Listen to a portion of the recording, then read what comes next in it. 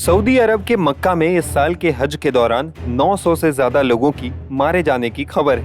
इनमें 68 भारतीय लोग शामिल बताए जा रहे हैं। बताया जा रहा है कि भीषण गर्मी की वजह से वहां इतनी बड़ी संख्या में लोगों की मौत हुई है। हालांकि सऊदी अरब सरकार की तरफ से हज के दौरान गर्मी के कारण मरने वालों की संख्या के बारे में कोई जानकारी नहीं दी गई है, न ही मौतों की वजह बताई गई है।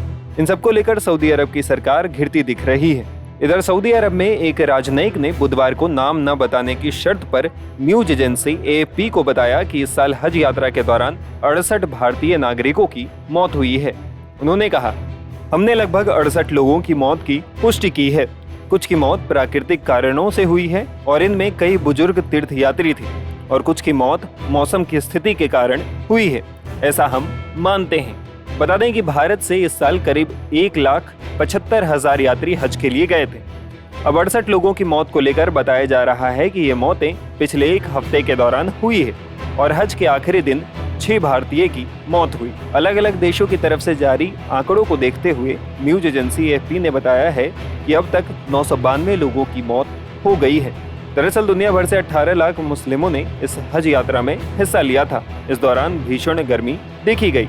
सोमवार को इस्लाम के सबसे पवित्र शहर मक्का में तापमान 51.8 डिग्री सेल्सियस तक पहुंच गया।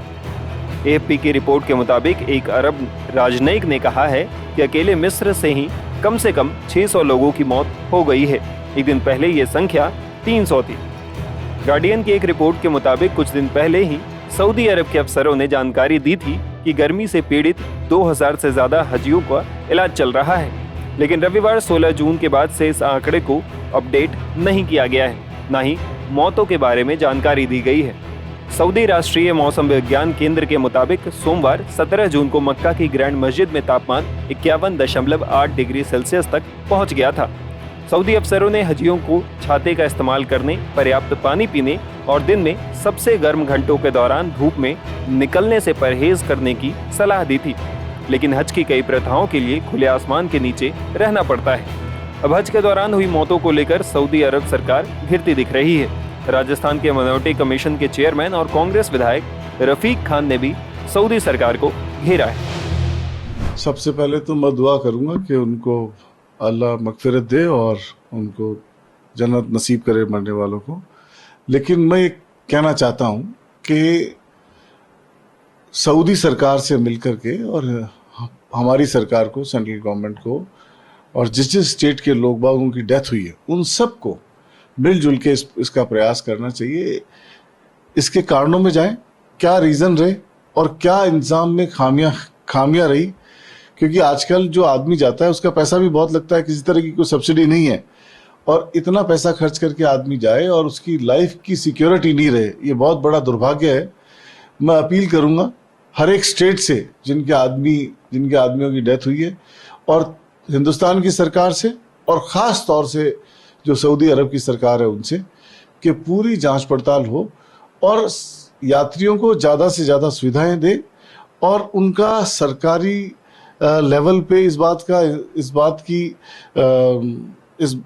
की जानकारी रहे कि कितने लोग जा रहे हैं, क्या उनके पुख्ता इंतजामात हैं या नहीं है, और इंतजामात हैं तो किस तरह के हैं, क्या फैसिलिटी उनको मिल रही है।